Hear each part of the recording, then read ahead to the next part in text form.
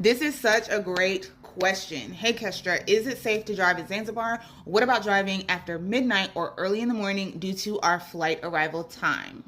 I actually also had a really late arrival flight. I arrived around like 11 p.m. and then my drive from the airport, because I was staying in Paje, was another like hour or so. So I definitely was out around those hours. So I have a lot of experience about what it's like being in a car at that time of night. And because of that, I do recommend you to get a driver at least for that first day. If you're going to be arriving and having to drive around the island for that first day after 10 p.m., I don't recommend you to do that by yourself. And mainly it's because of you not being familiar with the island, you not being familiar with the way people drive in Zanzibar, the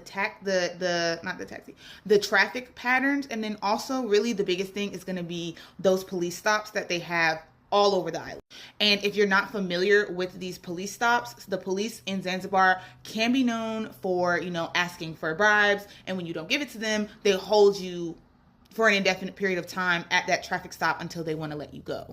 And I just don't recommend that this to be something you do on your first day. It's not that it's unsafe. It's not that they're going to rough you up or do anything to you. It's just that when you've been on a flight for however long and you're tired and you're exhausted and you just want to go lay down, you don't want to have to deal with the hassle of the local police trying to get, 10 Tanzanian shilling from you so that you can go on about your business. It's just not something that's convenient, especially when you are just arriving to the island.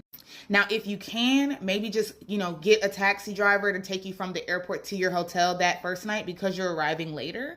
And then the next morning, go to, a car rental place, get your car. And then that way it'll be daylight outside, girl. You'll have many people around that can help you if you need help. And at those times of night, like, only the creeps come out after midnight unless you're like a tourist or something. So the same thing applies in Zanzibar. Like if you're going to be out at those hours, you definitely want to be familiar with the regions that you're going to be in. And because you're a tourist, I don't recommend you to do that on the first day. But if you grow confidence through the trip, and maybe your return flight is also like at an odd hour, definitely, have the confidence to do that drive yourself back to the airport. But that first drive, if you're coming to Zanzibar late at night, just get a driver. It'll be a lot more easy for you and it'll be less stressful. Trust me.